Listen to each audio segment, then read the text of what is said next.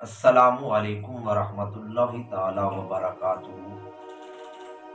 میں آپ صلی اللہ علیہ وسلم کے بہت ہی پیارے پیارے واقعات اپنے دوست احباب کو حدیث کے حوالے سے، سیرت مصطفیٰ کے حوالے سے سنا رہا ہوں، اور آپ صلی اللہ علیہ وسلم کے پیارے پیارے صحابہ کے واقعات بھی سنا رہا ہوں۔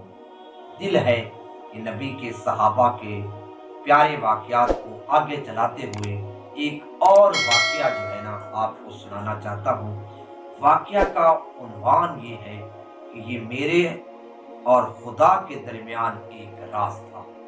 اب کیا راز تھا، آئیے جانتے ہیں اس واقعہ کے پس منظر میں۔ واقعہ کچھ یوں ہے کہ حضرت عمر رضی اللہ تعالی عنہ کا دور اقدس تھا کہ حضرت سعید بن عامر رضی اللہ تعالی عنہ حمص کے گورنر تھے۔ اہل حمص کی یہ عادت تھی کہ کسی گورنر کو ٹکنے نہ دیتے تھے، اس کی شکایات لگا لگا کر اس کو فارغ کرا دیتے تھے۔ چنانچہ حضرت سیدنا سعید بن عامر رضی اللہ تعالی عنہ کی بھی شکایات لے کر حمص کے لوگ حضرت عمر رضی اللہ تعالی عنہ کے پاس آ گئے ایک وفد کی صورت میں، اور عرض کرنے لگے کہ ہمارے گورنر اپنے فرائض منصبی میں سخت کوتاہی کر رہے ہیں، آپ انہیں تبدیل کر دیں۔ حضرت عمر رضی اللہ تعالیٰ عنہ کو معمولی شخصیت تو نہیں تھے، آپ تو وہ شخصیت تھے کہ آپ کے بولنے کی دیر ہوتی تھی، خدا کی قسم اللہ عرش معلیٰ سے انہی الفاظ کو قرآن مقدس بنا کر نبی پاک صلی اللہ علیہ وسلم کی قلب اطہر پر نازل فرما دیتے تھے۔ حضرت عمر رضی اللہ تعالی عنہ کو عام شخصیت تو نہیں تھے، آپ جس گلی سے گزرتے تھے اللہ کے نبی فرماتے تھے اس گلی سے شیطان بھی ہٹ کر چلا جاتا تھا، حضرت عمر سے تو شیطان بھی بھاگتا تھا۔ عمر کو عام شخصیت تھے، عمر کی تو بولنے کی زیر ہوتی تھی، اللہ تو فوراً قرآن نازل کر دیتے تھے، آپ بہت سمجھدار تھے۔ حضرت عمر رضی اللہ تعالی عنہ نے فرمایا کہ ذرا اپنے سوالات کی شکایات کی تفصیل بتاؤ تاکہ ان سے باز پرس کی جا سکے۔ وفد نے جواب دیا کہ پہلی بات تو یہ ہے کہ جب تک صبح اچھی خاصی نہ ہو جائے، دن نہ چڑھ آئے تو وہ گھر سے باہر نہیں آتے، یہ پہلی بات ہے۔ دوسری بات یہ ہے کہ رات کے وقت اگر آواز دی بھی جائے تو جواب نہیں دیتے۔ تیسری بات کہنے لگے کہ وہ مہینہ میں ایک دن تو بالکل گھر ہی سے نہیں نکلتے، یعنی ہماری تین شکایات ہیں، جب تک کہ دن نہ چڑھ آئے سعید بن عامر رضی اللہ تعالی عنہ گھر سے نہیں نکلتے۔ نمبر دو، مہینے میں ایک دن ایسا آتا ہے کہ بالکل ہی گھر سے نہیں نکلتے۔ نمبر تین کہ رات کو اگر آواز بھی دی جائے تو یہ ہمارا گورنر آواز بھی نہیں دیتا۔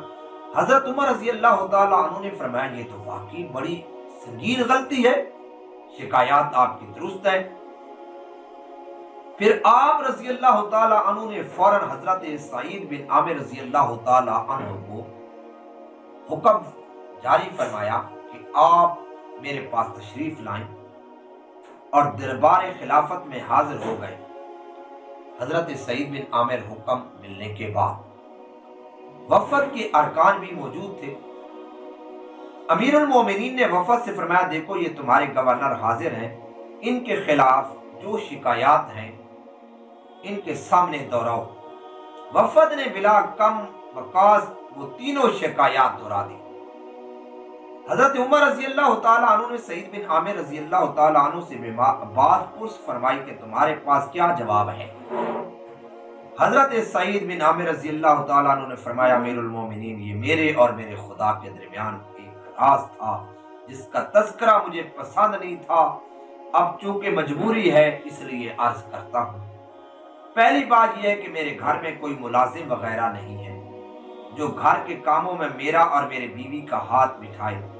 بیوی بیمار ہے، سارے کام تنہا نہیں کر سکتی، میں صبح کی نماز کے بعد گھر جاتا ہوں تو آٹا گوندتا ہوں، پھر باقی کام کاج کرتا ہوں تاکہ آٹا خمیر چھوڑ دیتا ہے، پھر روٹی وغیرہ تیار کرتا ہوں، پھر ہاتھ منہ دھو کر لوگوں کی خدمت کے لیے باہر نکل آتا ہوں۔ کیسے کیسے گورنر موجود تھے، چاہتے تو غلام بھی رکھ لیتے، چاہتے تو لونڈی بھی رکھ دیتے، چاہے تو سب کچھ کر دیتے، لیکن قربان جاؤں اپنے ہاتھ سے کام کرنا اتنا پسند تھا۔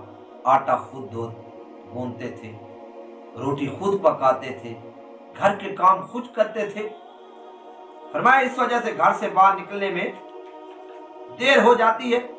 حضرت عمر رضی اللہ تعالیٰ نے پوچھا کہ آپ رات کے وقت باہر نہیں نکلتے، اس کی کیا وجہ ہے؟ عرض کرنے لگے امیر المومنین میں نے دل لوگوں کی خدمت کے لیے وقف کیا، رات پروردگار کے لیے میں نے وقف کر دی، اس لیے میں کسی کو آواز نہیں دیتا۔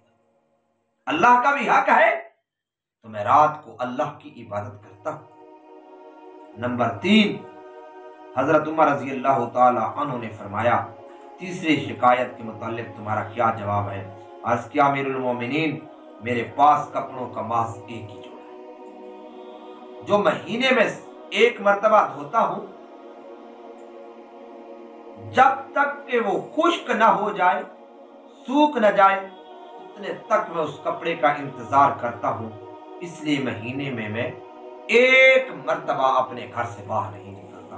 حضرت عمر رضی اللہ تعالی عنہ نے جب یہ جوابات سنے تو فرط مسرت سے چہرہ چمک اٹھا اور فرمایا الحمدللہ، اللہ تیرا شکر ہے کہ تو نے کار خلافت انجام دینے کے لیے مجھے ایسے ساتھی نصیب فرمائے۔ میرے دوستوں اور بزرگوں، کیسا لگا یہ واقعہ؟ اگر پسند آیا ہے تو اس کو شیئر بھی کریں، فالو بھی کریں، اور خدا کے لیے اس کو سبسکرائب بھی کر دیں۔ آپ کی بہت زیادہ مہربانی ہوگی، آپ کے پیسے تو نہیں لگتے لیکن میرا بہت بڑا کام بن جائے گا۔ اللہ سے دعا ہے اللہ ہم سب کو عمل کرنے کی توفیق عطا فرمائے۔